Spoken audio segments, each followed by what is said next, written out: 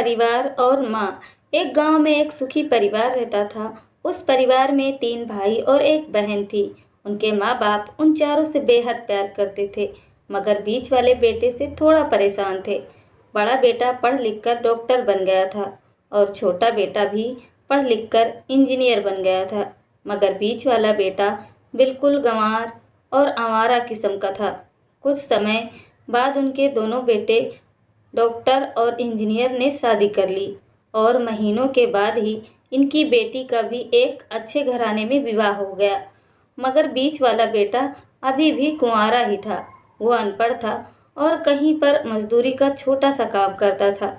उसको शादी के लिए कोई लड़की नहीं मिल रही थी। उसके माँ बाप उससे बहुत परेशान हो चुके थे। अब जब भी उसकी बहन अपने मायके आती तो वह अपनी डॉक्टर और इंजीनियर दोनों भाइयों से मिलती थी, मगर बीच वाले भाई से बहुत कम मिलती थी, क्योंकि वह उसे ज़्यादा पैसे नहीं दे पाता था। लेकिन फिर भी वह अपनी बहन से बहुत अधिक प्यार करता था। कुछ समय बाद उनके पिताजी के बीच वाले बेटे के बिना शादी किए बिना ही मृत्यु हो गई।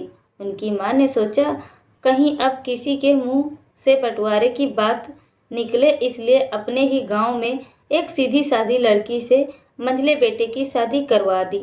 शादी होते ही न जाने क्या हुआ, अनपढ़ बेटा मन लगाकर काम करने लगा और पहले कहीं ज़्यादा मेहनत भी करने लगा। अब कोई भी पुराना दोस्त उसको मटर गश्ती के लिए बुलाने आता तो वो मना कर देता। एक दिन उसके डॉक्टर और इंजीनियर भाई ने सोचा कि यह तो गंवार और अनपढ़ है, हम इससे कहीं ज़्यादा पैसे कमा लेते हैं, इसलिए अब हमें बंटवारा कर लेना चाहिए। माँ के लाख मना करने के बाद भी दोनों बेटों ने बंटवारे की तारीख तय कर दी और उन्होंने अपनी बहन को भी बुला लिया। तभी उनका गंवार भाई कहता है कि तुम लोग बंटवारा कर लो, मुझे जो बचे वो दे देना या ना देना, मैं शाम को आकर अंगूठा लगा दूंगा। तभी उसकी बहन कहती है, अरे बेवकूफ़, तू तो हमेशा बेवकूफ़ ही रहेगा। ज़मीन का हिस्सा तो आमने सामने उसकी माँ भी उसे काम पर जाने से रोकती है। उसी वक्त वकील भी वहाँ आ जाता है और कहता है कि आपका सारा हिस्सा मिलाकर 10 बीघा ज़मीन और एक मकान है। अब ये बताओ किसको कितना हिस्सा देना है, मैं उसी हिसाब से कागज बनवा दूंगा।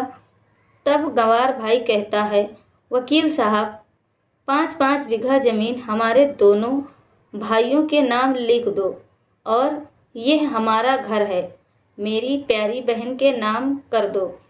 तब दोनों भाई पूछते हैं कि तू अपने हिस्से में क्या लेगा? गंवार भाई कहता है कि मेरे हिस्से में मेरी प्यारी माँ है। वह अपनी पत्नी की तरफ मुस्कुराते हुए कहता है, क्यों, क्या मैंने गलत कहा?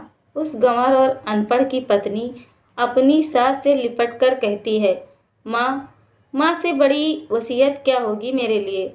उसी वक्त उसका गंवार पति भी अपनी माँ से लिपटकर रोने लगता है। गंवार बेटे और बहू के प्यार ने जमीन जायदाद के बंटवारे को एक सन्नाटे में बदल दिया। तभी बहन अपने गंवार भाई के गले लगकर लिपटकर रोते हुए कहती है कि माफ़ कर दो भैया, मैं आपको सम्मान नहीं दे सकी। तभी उसका भाई कहता है, मेरी प्यारी बहन, इस घर में जितना अधिकार हमारा है उतना ही तुम्हारा भी है। और रही बात बंटवारे की, तो बंटवारा नहीं करने से जीवन खत्म तो नहीं हो जाएगा। क्यों करते हैं हम बंटवारा?